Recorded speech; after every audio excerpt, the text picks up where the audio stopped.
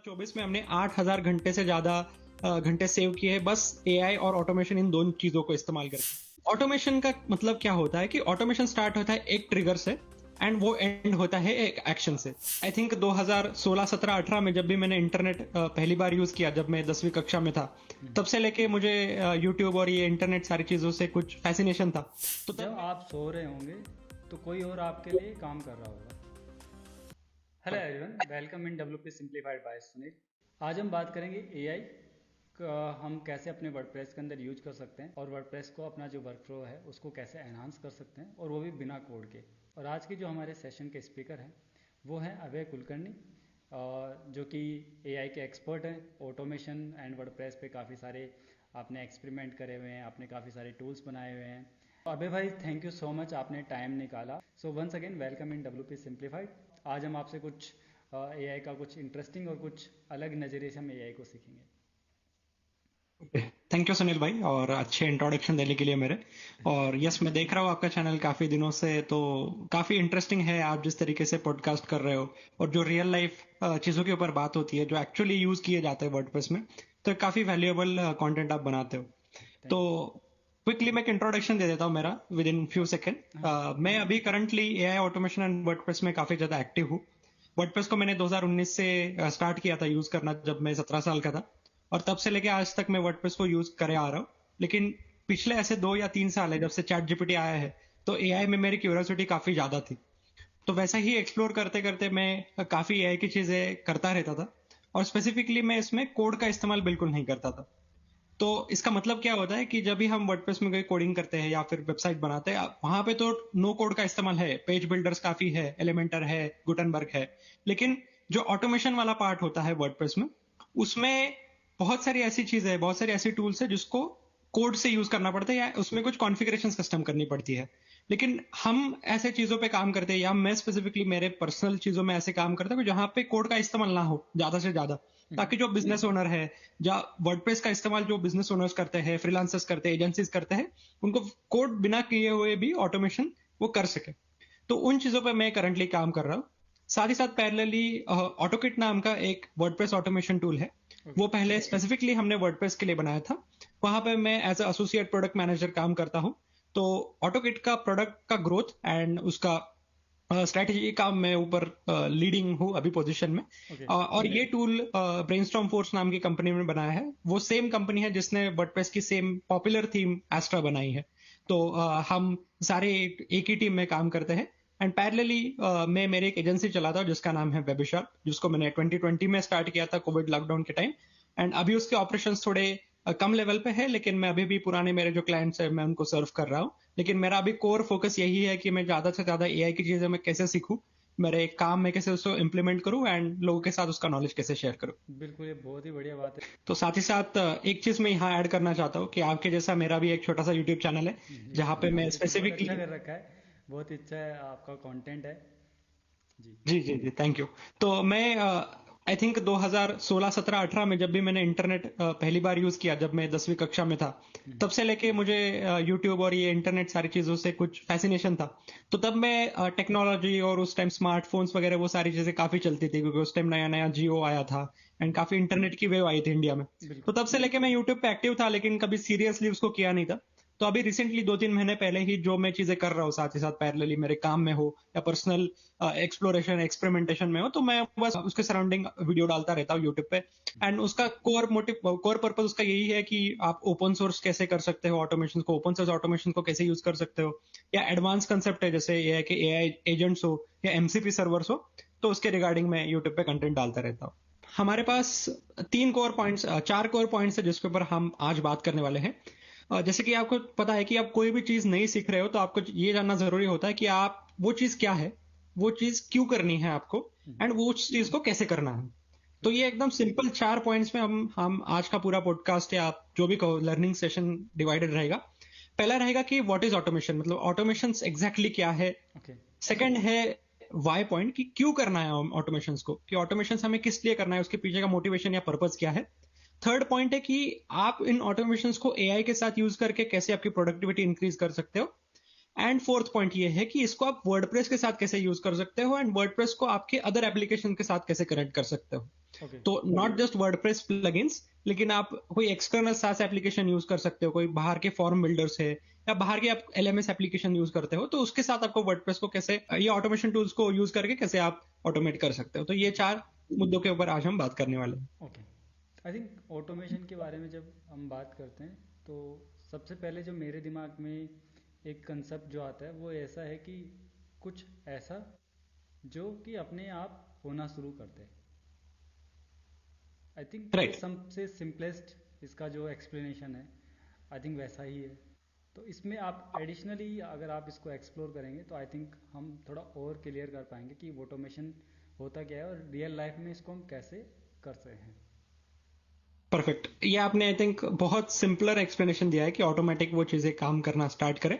हम उस पॉइंट पे आएंगे भी। और एक मैं क्लैरिफिकेशन यहाँ पे करना चाहूंगा कि मैंने रिसेंटली आपका लाइव देखा यूट्यूब पे, मकरंद भाई के साथ आपने किया था WPCLI के ऊपर। जी तो उन्होंने जो ऑटोमेशन दिखाए थे WPCLI यूज करके, वो एक्चुअली स्पेसिफिकली डेवलपर के लिए थे या जो भी वर्डप्रेस में डेवलपमेंट कर रहे हैं उनकी लाइफ आसान करना, उनको कैसे ऑटोमेट करना। हम्म लेकिन ये जो स्पेसिफिक ऑटोमेशन की मैं बात कर रहा हूँ वो है बिजनेस ओनर हो गए या जो वर्डप्रेस वेबसाइट यूज करके अपना बिजनेस चलाते हैं, कोई फ्रीलांसर हो या कोई एजेंसी ओनर हो। तो उनके जो मैनुअल काम होते हैं वर्डप्रेस में, उन काम को कैसे ऑटोमेट करें और जो चीजों के ऊपर उनको फोकस करना चाहिए, जैसे नया बिजनेस लाना, नए क्लाइंट्स के साथ काम करना, नया इनोवेशन करना या कोई नई चीज सर्विसेज क्लाइंट को प्रोवाइड करना, तो वहां पे फोकस करें, ना कि ये मैनुअल टास्क करते रहे। तो ये ओके स्पेसिफिक टॉपिक है जिसके ऊपर हम ओवरऑल आज चीजें कवर करने वाले। ओके, बिल्कुल बिल्कुल, बहुत ही बढ़िया। ओके, तो हम स्टार्ट करते हैं वॉट के साथ। जैसे मैंने आपको बताया था, तो आपको स्क्रीन पे 4 चीजें दिख रही होगी। यहाँ पे आपको सबसे ऊपर दिखेगा ट्रिगर और नीचे लिखा हुआ है एक्शंस, और इन बिटवीन मैंने 2 चीजें लगाई है, वहां पे लिखा है फिल्टर्स। तो जी ऑटोमेशन का मतलब क्या होता है कि ऑटोमेशन स्टार्ट होता है एक ट्रिगर से एंड वो एंड होता है एक एक्शन से। फॉर एग्जाम्पल, मैंने यहाँ पे एग्जाम्पल दिया है प्रोडक्ट परचेस इन वूकॉमर्स। तो वूकॉमर्स सब लोगों को ही पता है जो वर्डप्रेस यूज करते हैं। बिल्कुल। एंड वूकॉमर्स में किसी कोई बंदा प्रोडक्ट परचेस करता है तो उसको एसएमएस तो बहुत सारे लोग भेजते हैं, या फिर ईमेल्स तो बाय डिफॉल्ट ही वूकॉमर्स से जाते हैं। लेकिन जब आपको व्हाट्सएप मैसेज भेजने होंगे तो आपको कोई कॉम्प्लेक्स व्हाट्सएप की क्लाउड एपीआई यूज करनी होती है, उसकी एसडीके इंस्टॉल करना पड़ता है, बहुत सारी अलग अलग चीजें होती है।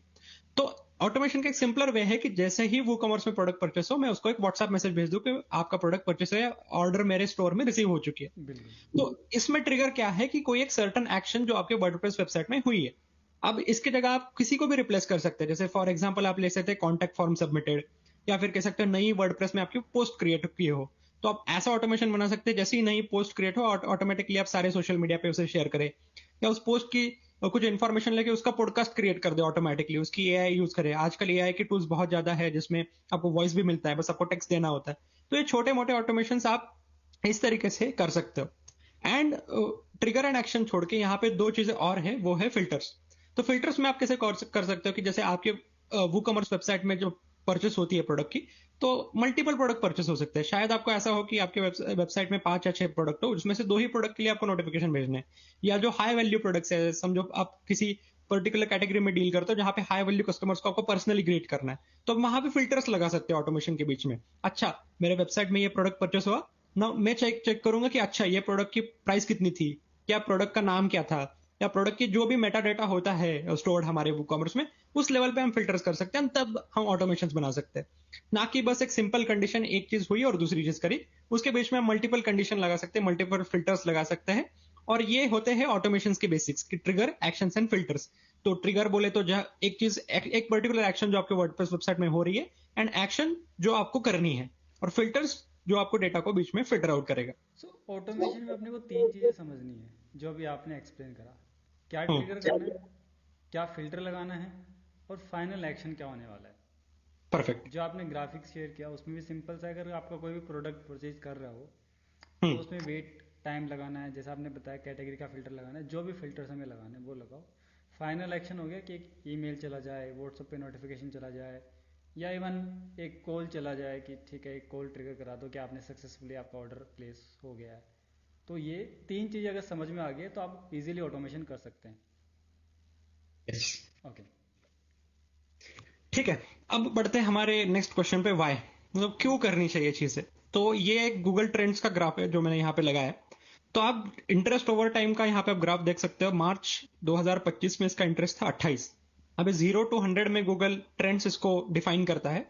वो एक रेंज है, उस रेंज के अंदर कोई भी पर्टिकुलर इंटरेस्ट को डिफाइन करता है। एंड मार्च 25 के ऊपर आप कैसे देख सकते हो कि एक्सपोनेंशियली वो ग्राफ ऊपर चला गया है एंड अभी वो 100 के लेवल के ऊपर है। तो इसका मतलब यही है कि 2025 को हम ऑफिशियल ये डिक्लेयर कर सकते हैं कि एआई एंड ऑटोमेशन का ईयर है, जहां पे बहुत सारे लोग उसके बारे में सर्च कर रहे हैं, उसको इंप्लीमेंट कर रहे हैं, एंड ना कि बस अपनी सर्विसेज भी दे रहे हैं। Not just standard web development services या डिजाइन सर्विसेज, उसके साथ आपके वेबसाइट को कैसे ऑटोमेट करना है या फिर क्लाइंट्स को वो ऑटोमेट करके क्या फायदा होगा, ये बता के अपनी सर्विसेज भी दे रहे हैं। तो इसीलिए आपको 2025 में सबसे इंपॉर्टेंट चीज है, जो आप ट्रेडिशनल चीजें सीख रहे हो वो तो सीखना जरूरी है, लेकिन एआई ऑटोमेशन एक ऐसा टॉपिक है आपको सीखना बहुत ही जरूरी है। उसके साथ ये और दो डेटा है। ये मैकेंजी एंड कंपनी ने एक डेटा रिलीज किया था कि 2023 से लेकर 2024 तक यूज ऑफ जनरेटिव एआई नाम की, आपको ब्लू कलर की यहाँ पे लाइन दिखेगी, वो उसका इंटरेस्ट 33 से लेकर 65 तक गया है। एंड अगर आप एडॉप्शन ऑफ एआई देखोगे कि 2017 से लेकर 2024 तक ये एआई का एडॉप्शन काफी तेजी से इंक्रीज हो रहा है। तो ये यही है कि एआई को किस तरीके से लोग इंटरेस्ट कर रहे हैं। तो आप ये जान सकते हैं कि 2023 में चैट जीपीटी आया था और तभी लोगों ने जनरेटिव एआई इस्तेमाल करना स्टार्ट कर दिया था। और अभी आप हो या मैं हो, हम चैट जीपीटी को हर एक चीज के लिए इस्तेमाल करते हैं, चाहे वो छोटा सा ईमेल हो या कोई हमें रिसर्च रिपोर्ट बनानी हो। तो वो जनरेटिव एआई हम यूज ही करते हैं, लेकिन उसका इस्तेमाल अगर हम ऑटोमेशन में करें तो ये जो चीजें हम मैन्युअली उसको प्रॉम्प्ट देते हैं, उससे अच्छा जब आप सो रहे होंगे, आप कहीं और गए हो, आप छुट्टी पे गए हो, लेकिन बैकएंड में ये चीजें आपकी एआई सारे करते रहेंगे। तो इसीलिए ये इंपॉर्टेंट है कि आपको ये डेटा भी जानना जरूरी है कि 2024 और 25 ये साल ऐसे है कि जिसमें एडॉप्शंस काफी तेजी से बढ़ रहे हैं। एंड सेकंड, ये मैंने एक इलॉन मस्क का ट्वीट डाला है कि जो स्पेसएक्स उनकी कंपनी है, जो स्पेस साइंस में काम करती है, उनकी कंपनी के जो 5 कोर रूल्स है, उसमें आप 5th रूल देखोगे तो वो है ऑटोमेट। कि जो भी चीजें वो कर रहे हैं उसके साथ 5वां ये चीज है कि जितना ज्यादा चीजें ऑटोमेट हो सके उतनी चीजों को ऑटोमेट करें, ताकि जो रिसर्च एंड जो कोर काम है जो कंपनी उसके लिए बनी है उसके ऊपर फोकस कर पाए लोग।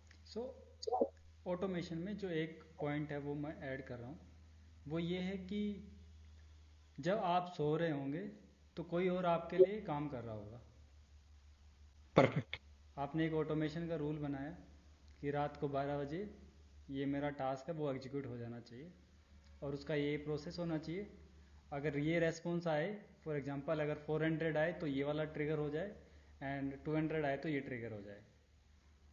आप सो रहे हैं आराम से मस्त अपनी नींद में, लेकिन ऑटोमेशन का जो एआई का जो टूल है वो आपके लिए वो काम करके दे रहा होगा और आपको टेंशन फ्री होके आप सुबह आराम से उसका स्टेटस देख सकते हैं कि क्या आउटपुट आया और फाइनल एग्जीक्यूशन क्या हुआ। यस, एंड वही आपका टाइम को बचाता है। करेक्ट।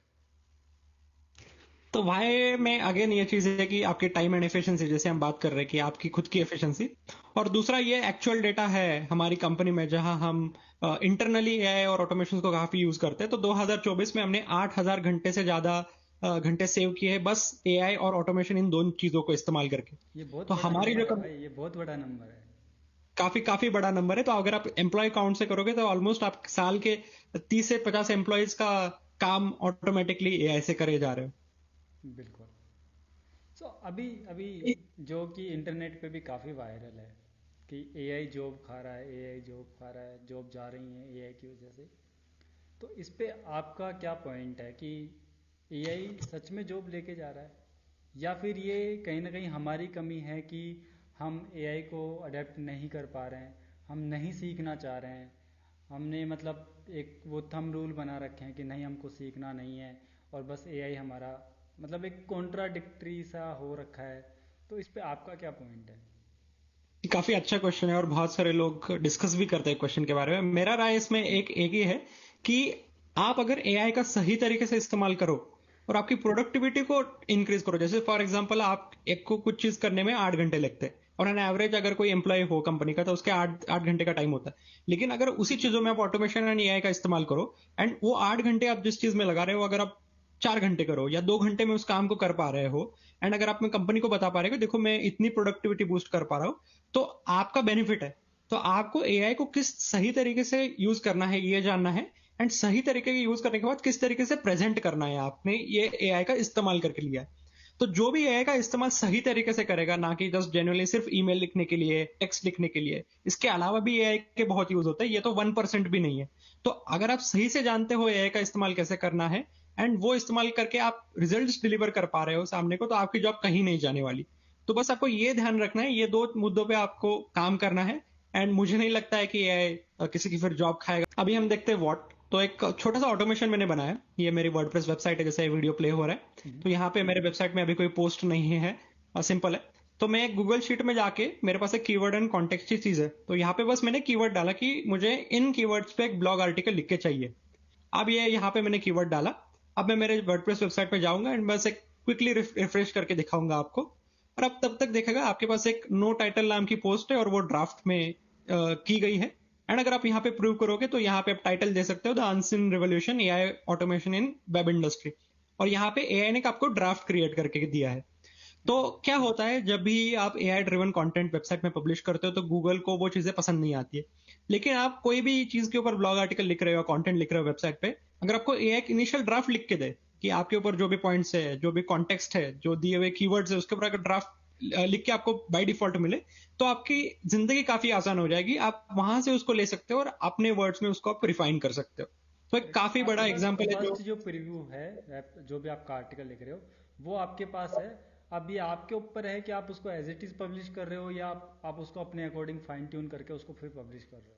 वो आपका अपना हम्म, पर्सनल चॉइस है। राइट। एंड यहीं पे आपने जो पहला क्वेश्चन पूछा था कि एआई जॉब खाएगा, तो मैं एक सिंपल सादा जवाब देना चाहूंगा। जो बंदा इस तरीके से काम करेगा, एआई ने दी हुई चीजों को डायरेक्ट पब्लिश करेगा, उसका जॉब जरूर खाने वाला है। लेकिन जिसके पास अपनी खुद की नॉलेज हो, जो नॉलेज को पोस्ट पढ़ के खुद को एनालाइज करे एंड उसमें अपनी खुद की चीजें डाले एक्सपीरियंस के हिसाब से, तो उनका जॉब एआई नहीं खाएगा। करेक्ट, ये बहुत सही पॉइंट बोला आपने। करेक्ट। नेक्स्ट स्टेप काफी अच्छा एग्जांपल है, वो हम कंपनी में भी यूज करते हैं। ये है एक सर्टिफिकेट रिक्वेस्ट फॉर्म। आप कोई भी फॉर्म बिल्डर वर्डप्रेस में यूज कर सकते हो या गूगल फॉर्म्स यूज कर सकते हो। यहाँ पे मैंने सिंपली मेरा फर्स्ट नेम लास्ट नेम डाला, मैंने मेरा ईमेल एड्रेस डाला, एक 2 या 4 सेकंड का यहाँ पे वेट पीरियड है। एंड आप देख सकते हो कि आपका सर्टिफिकेट यहाँ पे जनरेट हो चुका है और यहाँ पे मैंने क्लिक किया। और जैसे क्लिक किया, सर्टिफिकेट मेरे डेस्कटॉप में डाउनलोड हुआ। एंड यहाँ पे ओपन करके देख सकते हैं कि एक सर्टिफिकेट है और यहाँ पे कस्टमाइज्ड मेरा नाम यहाँ पे आ चुका है। अब इसमें खास बात यह है कि मार्केट में काफी सारे टूल्स इन चीजों के लिए अवेलेबल है, लेकिन ये सारी चीजें सिर्फ गूगल डॉक्स और गूगल ड्राइव का इस्तेमाल करके की गई है। और इन चीजों को करने के लिए फ्री में जो एआई ऑटोमेशन टूल्स है, जिसके ऊपर हम आगे बात करेंगे, उसका भी इस्तेमाल कर सकते हैं। लेकिन ऐसी छोटी छोटी चीजें, जिन चीजों के लिए आप सब्सक्रिप्शन देते हो या कोई एक्सटर्नल प्लगइन्स लेते हो या कोई एक्सटर्नल चीजों के ऊपर काम करते हो, तो वो करने की आपको, जब हम नो कोड एआई ऑटोमेशन में एंटर करेंगे, तब आप ये चीजों करने की आपको जरूरत नहीं पड़ेगी। ये एक अनदर एग्जांपल है ऑटोमेशन का। ओके, ये तो मतलब अभी आपने जो ये जनरेट किया ऐसे, तो मतलब मुझे अगर इसको मैं थोड़ा और एनहांस करूं और मुझे 500 लोगों के लिए सर्टिफिकेट जनरेट करने हैं, तो मैं अब एक लिस्ट दे दूंगा तो ये मुझे फटाफट से जनरेट करके दे देगा। यस, आपको कैसे कस्टमाइज करना है आपके ऊपर है। यहाँ पे तो हम एक सिंपल ट्रिगर की बात करें कि वो तो नाम, आपने ईमेल। सिंपल बताया, बट ये इसके अंदर राइट। एक एडिशनली अगर हम बात करें तो वो उसमें भी कितना ही टाइम लगेगा। आपने फॉर्म राइट। सबमिट करा है, हम फॉर्म सबमिट नहीं करना, हमको एक सीट देनी है इसको। सीट देने के बाद ये उस सीट को रीड करेगा, सबको जनरेट करके दे देगा। राइट। बहुत ही बढ़िया, मतलब ये सही यूज केस जो है ना, मतलब मैं ये कहता हूँ कि आप चाहे पॉडकास्ट करो या वर्कशॉप करो या वीडियो बनाओ, कोई फर्क नहीं पड़ता उससे। अगर आप सही यूज केस बता रहे हो, जैसे कि आपने मकरंद भाई का जो एग्जांपल दिया, सो उनका भी सही पॉइंट था कि मेरा एक क्वेश्चन ये था कि भाई मैं CLI क्यों यूज़ करूँ, मुझे पता है 50 कमांड है और सब कमांड अच्छा काम करती हैं, सब कुछ बढ़िया है, पर मैं क्यों यूज़ करूँ, वो काम मैं GUI से कर सकता हूँ सब कुछ बढ़िया तरीके से। तो उन्होंने जो 2-3 पॉइंट ऐसे जो बताए, उन पॉइंट्स के बाद मैं तो एटलीस्ट मुझे तो ये समझ में आया कि भाई ये वैलिड पॉइंट है, इन पॉइंट्स की वजह से आपको WP CLI यूज करना चाहिए। और मैं हमेशा क्यूरियस भी रहता हूँ कि AI के अंदर बहुत कुछ है, एक सही डायरेक्शन आपको ढूंढना है एंड उसके बाद आप इजीली AI को भी आप अडेप्ट कर सकते हैं एंड आपके अपना डेली जो भी आप काम कर रहे हैं उसको इम्प्रूव करते जाइए और AI का यूज़ करके आप अपना जो भी काम कर रहे हो उसको बढ़िया से बढ़िया करने का ट्राई करिए। तो ये यस। बेस्ट यूज केस है AI का भी। राइट। एंड ये तो ऐसा यूज केस था जिसमें एआई का हमने इस्तेमाल भी नहीं किया, क्योंकि हमें एक dynamic pre defined conditions use करनी छोटा है। सा एक था एक। राइट। हमारा जो तीसरा यूज केस है, वो ये काफी सिंपल यूज केस है कि यहाँ पे आपको दिख रहा होगा, यहाँ पे फर्स्ट जो एक्शन है, जो हमने दिखाया था, सॉरी एक्शन है, ट्रिगर है। और यहाँ पे आपको दिखेगा वेबहुक। तो वेबहुक आप सब लोगों को पता ही होगा, इंटरनेट पे डेटा कम्युनिकेशन का मेथड है, जिस एक यूआरएल होता है एपीआई जैसा, जहाँ पे लोग डेटा पास करते हैं उस यूआरएल पे। तो इसके वेबहुक की जगह आप कोई भी कॉन्टैक्ट फॉर्म यूज कर सकते हो, कॉन्टैक्ट फॉर्म 7 हो, फ्लुएंट फॉर्म्स हो, श्योर फॉर्म्स हो, या फिर गूगल फॉर्म्स का आप इस्तेमाल कर रहे हो। ओके। तो जब भी उसमें आपको कोई डेटा रिसीव हो, तो यहाँ पे मैंने एक सिंपल ऑटोमेशन बना रखा है जो मेरे क्लाइंट्स के साथ यूज करता हूँ, या मेरे पर्सनल खुद के वेबसाइट के ऊपर भी ये मैंने ऑटोमेशन सेट करके रखा है। उसके बाद मैं क्या करता हूँ, ये डेटा ओपन आई को देता हूँ, एंड ओपन आई को इस तरीके से प्रॉम्प्ट लिख के रखा है कि बेस्ड ऑन दिस इंफॉर्मेशन, ये जो आपको मिली है कि किसका नाम है, ईमेल है, आपको ये डिटेक्ट करना है कि एक्चुअली स्पैम है या नहीं है। तो मोस्ट प्रोबेबली ऐसा होता है कि वेबसाइट पे हमें 90% केसेस में स्पैम भी आते हैं, तो मेरी वेबसाइट में बैक लिंक डाल दो, गेस्ट पोस्ट कर दो, या लिंक एक्सचेंज कर लो, तो ऐसे बहुत सारे स्पैम आपके वेबसाइट में आते रहेंगे। तो हमें ये इंपॉर्टेंट हम एआई को दे रहे हैं, क्योंकि एआई प्रेडिक्शन में काफी अच्छा है। तो उस हिसाब से ऑटोमेटिकली फिल्टर आउट कर लेगा और आपको रिस्पॉन्स दे देगा कि अच्छा ये रिस्पॉन्स स्पैम है या नहीं स्पैम है। उसके बाद हम एक एक्शन यूज कर रहे हैं जिसका नाम है सब्जेक्ट। तो हम क्या कर रहे हैं, उसको बता रहे हैं ओपन एआई को, अच्छा आपको ये डिटेल तो आया है, अब मुझे क्या करना है, उसको ईमेल पे एक रफ एस्टिमेट देना है कि जैसे फॉर एग्जांपल एजेंसी हो, एजेंसी को लोग पूछते हैं कि मुझे ये सर्विस चाहिए, कितने में मिलेगी वेबसाइट बना के, या इसकी कॉस्टिंग क्या रहेगी। करेक्ट। तो ओपन एआई को बता रहा हूँ कि मुझे ईमेल भेजना है इस यूजर को, जहां पे मुझे मेरी कॉस्टिंग को डिफाइन करना है। उसके लिए एक मुझे अच्छा सा सब्जेक्ट लाइन लिख के तो जहां से ईमेल स्पैम में ना जाए।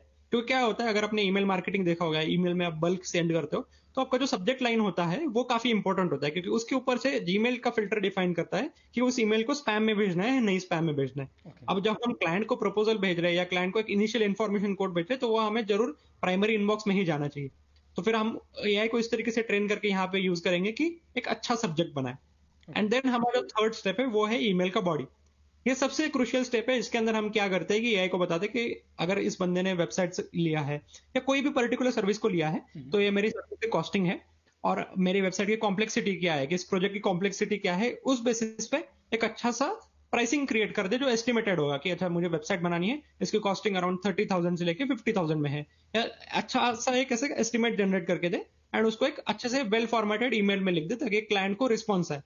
अब जैसे आप देखा होगा कि अगर आप किसी वेबसाइट पे जाके कॉन्टैक्ट फॉर्म भरते हो तो आपको एक जेनरिक मेल आ जाता है, thank you we will look it after 24 hours. लेकिन अगर आप इसको इस ऑटोमेशन से रिप्लेस करोगे तो उस बंदे को लगेगा अच्छा किसी ने मेरा इतना जल्दी रिस्पॉन्स देखा है, उस रिस्पॉन्स के ऊपर सोचा है, एंड एक मुझे अच्छा खासा वेल ड्राफ्टेड ईमेल भेजा है। तो उसका जो इंप्रेशन होगा आपके वो पॉजिटिव माइंड में कि होगा। रहेगा वो काफी पॉजिटिव रहेगा। करेक्ट। एंड देन यहाँ पे एक आपको दिखेगा, यहाँ पे ह्यूमन इन द लूप नाम की चीज है। तो जैसे नाम इसका है ह्यूमन इन द लूप, वही चीज है कि एआई कभी कभार गलतियां भी कर सकता है, वो ईमेल कभी कभार सही भेज भी नहीं सकता है, या आपने देखा होगा कभी कभी वो अनाप शनाप बातें भी करने लगता है।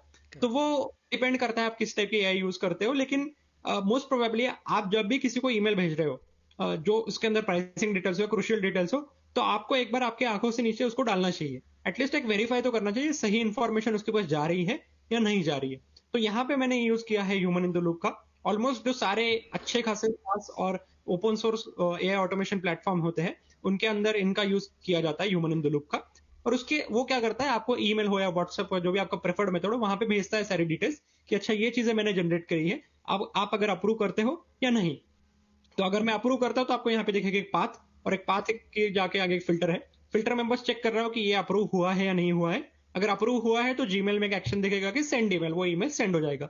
एंड अगर यहाँ पे मैंने नीचे फिल्टर लगा के रखा है, अगर मैंने उसको अप्रूव नहीं किया है तो उसका ऑटोमेटिकली ईमेल का ड्राफ्ट क्रिएट हो जाए, ताकि करेक्ट। जब भी मैं कल पे काम करने पे आऊँ या जब भी मैं ईमेल्स खोलूं तो मुझे दिख जाए अच्छा एक ड्राफ्ट क्रिएटेड है जिसको मैंने अप्रूव नहीं किया है। तो इसके ऊपर हम कुछ काम करते हैं, थोड़ी सी डिटेल्स लेते हैं, लेकिन आपके पास एक कुछ बेसलाइन होगी जहां से आप काम करना शुरू करें, तो करेक्ट। आपको वैसा है कि आपका टाइम वहां पे वेस्ट नहीं होगा। मतलब आपको एक बेसिक आइडिया तो मिल गया है ना कि मुझे क्या इसको भेजना है। बस आपको राइट। उसको फाइन ट्यून करके उसको सेंड करना है बस। हम्म। बाकी आपको पूरा ड्राफ्ट क्रिएट वर्जन हो ही गया है।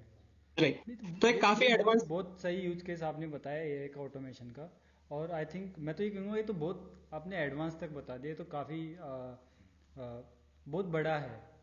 हम्म। नहीं, कई मैं बार कहता हूँ ऐसे कि टास्क होते हैं जो ऐसे छोटे छोटे टास्क होते हैं जिसके लिए हम काफ़ी टाइम वेस्ट करते हैं, और जबकि उनको हम फटाफट से हम एआई का यूज करके और उनको हम फटाफट से ऑटोमेट कर सकते हैं। आपने एटलीस्ट राइट। यहाँ तो फिर भी चैट जीपीटी का जो है, ओपन एआई का जो है, उसका इम्प्लीमेंटेशन किया है, उसमें अप्रूवल भी लगाया है, बाकी आपने ईमेल के लिए फ़िल्टर आउट भी किया है, फिर ईमेल क्रिएट भी कर रहे हो, तो ये तो बहुत बहुत बढ़िया यूज केस है। बट अगर हम छोटी छोटी चीज़ों को भी जोड़ के देखें कि हम छोटे छोटे जो हमारे काम हैं वो डेली रूटीन पे हमें करने ही है, उसको भी अगर हम ऑटोमेट कर देते हैं तो हमारा काफ़ी टाइम बच जाता है। और एआई का यूज करने का फ़ायदा ये है कि अगर आप दिन का 1 घंटा भी बचा रहे हो तो आपने बहुत कुछ बचा लिया। आप एक यस। घंटा आज बचा रहे हो तो हो सकता है अगले 4 महीनों में 6 महीनों में आप 5 घंटे बचा रहे हो, फिर आगे और जाके आप 10 घंटे बचा रहे हो। आप डे टू डे अपना नंबर ऑफ आवर्स है वो आप इंक्रीज करते जाएंगे, आप बचाते जाएंगे। आपने जैसे पहले भी बताया कि आपने 2024 में 8,000 घंटे बचाए हैं, तो 8,000 घंटे बहुत बड़ा नंबर होता है। मतलब एक पूरी टीम, आपने एक पूरी टीम का काम आपने बचा लिया, और आपने वो काम वो टाइम कहीं और देके आपने अपना और एक एडिशनल जो काम है वो कंप्लीट कर लिया। तो वो एक बहुत बड़ा नंबर है और बहुत बड़ा अचीवमेंट भी है। राइट। एंड मैं एक कहता हूँ कि हर एक जन जिनके वेबसाइट में कॉन्टैक्ट फॉर्म है या लीड्स कलेक्ट कर रहे हैं, सर्विसेज के लिए इंटरेस्ट क्रिएट कर रहे हैं, इनके वेबसाइट में ये ऑटोमेशन तो जरूर होना ही चाहिए, ताकि वो जमाना गया जहाँ पे ईमेल आए, लाइक कॉन्टैक्ट फॉर्म भरे एंड वहां पे लोगों को ईमेल आए कि हम आपको 24 घंटे में 48 घंटे में वो तो रिप्लाई बहुत करेंगे। बोरिंग हो जाता इस है, बहुत बोरिंग हो जाता राइट, तो ये एक ऑटोमेशन ऐसा है जो सब लोग इंप्लीमेंट कर सकते हैं जिनके पास एक वर्डप्रेस वेबसाइट है और वहां पे कॉन्टैक्ट फॉर्म है और जो सर्विसेज प्रोवाइड कर रहे हैं। है। करेक्ट। अब यहाँ पे आपको नेक्स्ट यूज केस जो दिख रही है वो मुझे व्हाट्सएप चैट का स्क्रीनशॉट है। तो मैं जिस प्रोडक्ट में एज ए प्रोडक्ट मैनेजर काम करता हूँ, ऑटोकेट, तो वो एक वर्डप्रेस के लिए ऑटोमेशन प्लेटफॉर्म है और सिर्फ वर्डप्रेस के लिए नहीं, आप कई हजार से ज्यादा एप्लीकेशन उसके अंदर कनेक्ट कर सकते हो। हम्म। तो हमारा एक प्लेटफॉर्म हो के हमारे वर्डप्रेस वेबसाइट में एक फॉर्म है जिसके अंदर सपोर्ट के टिकट्स क्रिएट होते हैं। जब भी आप कोई सॉफ्टवेयर प्रोडक्ट बनाते हो या वर्डप्रेस के प्लगइन बेचते हो तो आपको सपोर्ट देना बहुत जरूरी होता है उसके साथ। करेक्ट। आप क्या करते हो जनरली?